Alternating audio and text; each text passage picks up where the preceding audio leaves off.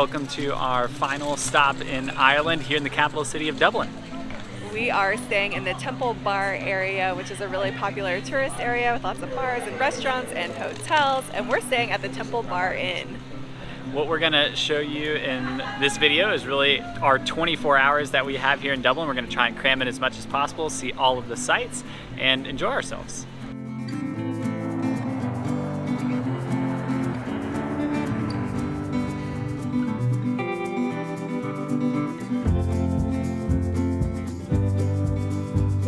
Our first stop in Dublin, the Temple Bar Pub.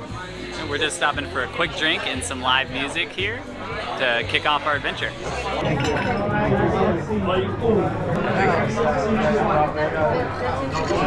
All right, here at the Temple Bar Pub, the drinks are definitely very good. The atmosphere is so fun. There's so many people, there's live music, and the prices on the drinks and the food are about what you would expect. So we're only staying for one drink and then we're gonna move on, but so far, great start to our 24 hours in Dublin.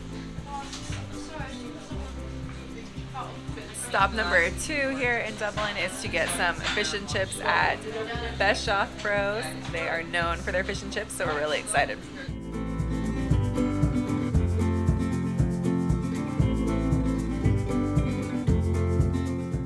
Closing out the night, pub hopping around, and we're going to catch up on our 24 hours tomorrow.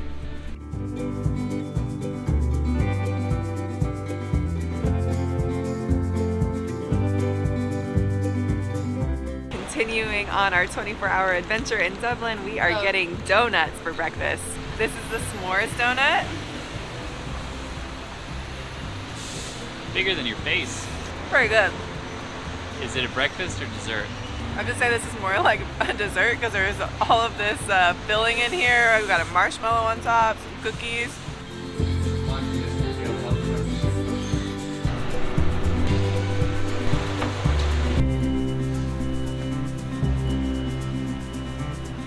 We're about to start our tour of the Book of Kells in the Trinity College Library. Alright, understandably, no photography with the actual book itself. So I took a picture, but it's really interesting looking. It's super clean, really detailed, so still listen to the audio guide on why it's famous exactly, but it's definitely interesting.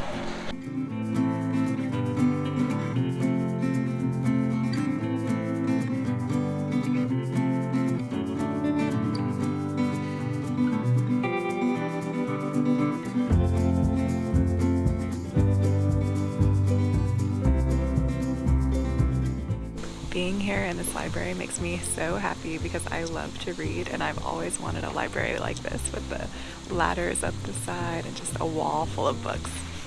Unlike Rebecca, I'm not really a huge reader, but how could you not love the scenery of this room? The books are all brown and it's just like the colors and statues, the environment, the quiet, all of it is picture perfect.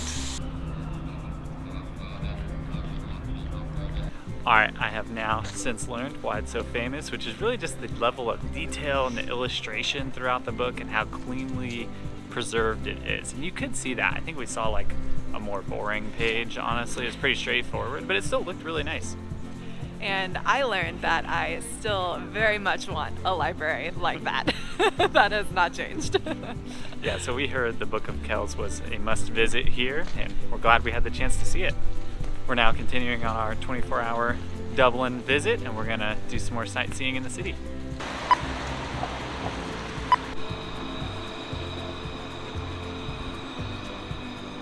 The next adventure we have planned here in Dublin is a little walk through the city to take in some of the more well-known sights. And we found in Europe that Rick Steves' audio guide has some good walking tours where he provides you a lot of different history and context for where you're going. So we downloaded that, we have our little ear pods in, and we're gonna listen to that as we walk. So we'll try to show you around some of these famous sites and maybe even share a snippet of the dad jokes that Rick Steves likes to share, which we always find entertaining. And our first stop is gonna be here in St. Stephen's Green, which is a little park.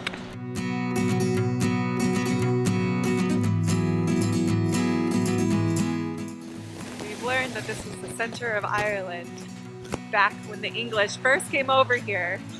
This is a private park, only accessed by the people who had their homes around it. So super bougie. In the middle of the concrete jungle here, it's kind of like a little central park.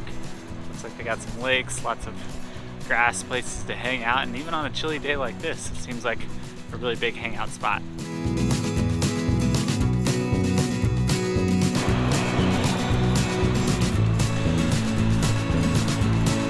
Alright, we learned a couple of pub facts from Rick Steves. The first, that pub stands for public house because it's known to be more of an extension of the living room. The second is that it never rains in the pub. Very important reason to check it out.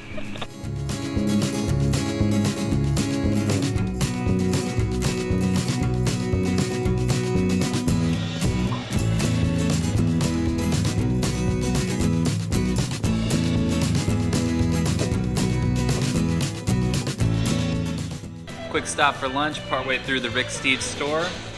We're at Bunsen Burgers. It's gigantic. Very good.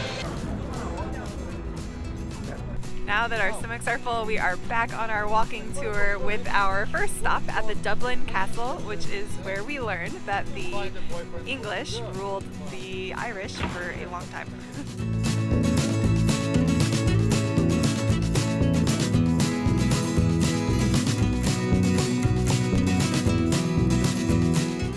The next stop in our 24 hours in Dublin is to the Guinness factory. Probably the most important stop we're gonna make. I mean, I feel like you can't come to Dublin and not go to Guinness. We have heard that they don't actually make it here anymore, but we're super excited for the interactive experience, and then we have a special treat at the end. Yeah!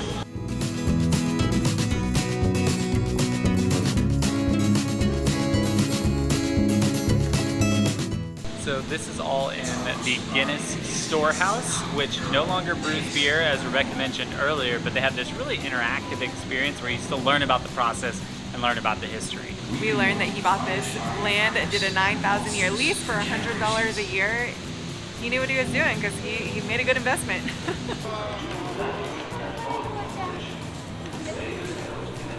Guinness was so big that they built a train to transport materials through the factory so they could make everything. Nuts. Also, this place is massive. I think we're on floor number 4, and it looks like we got a ways to go.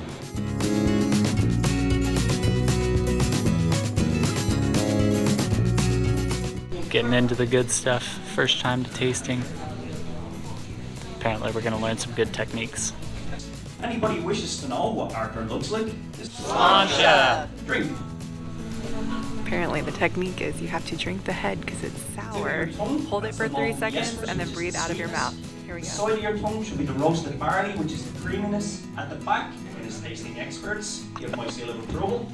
Your large pint is awaiting you on the 7th floor. That last one I breathe And I'll out ask is you the not my last thing. favorite. Embarrassing. Can't bring her anywhere.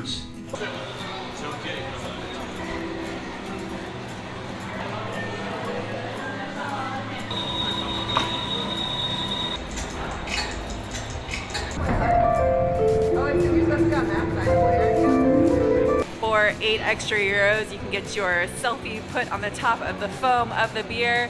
The last stop on the tour is up on the rooftop section where you have a beautiful view of the city and you also get to taste a pint of Guinness.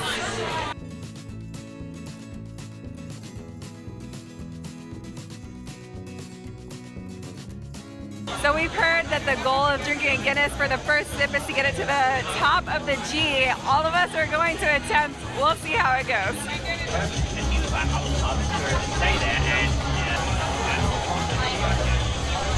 Also not bad. Straight. Also.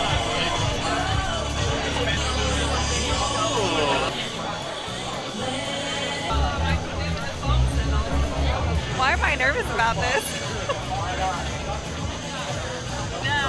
Not even close. Champ. He's been practicing.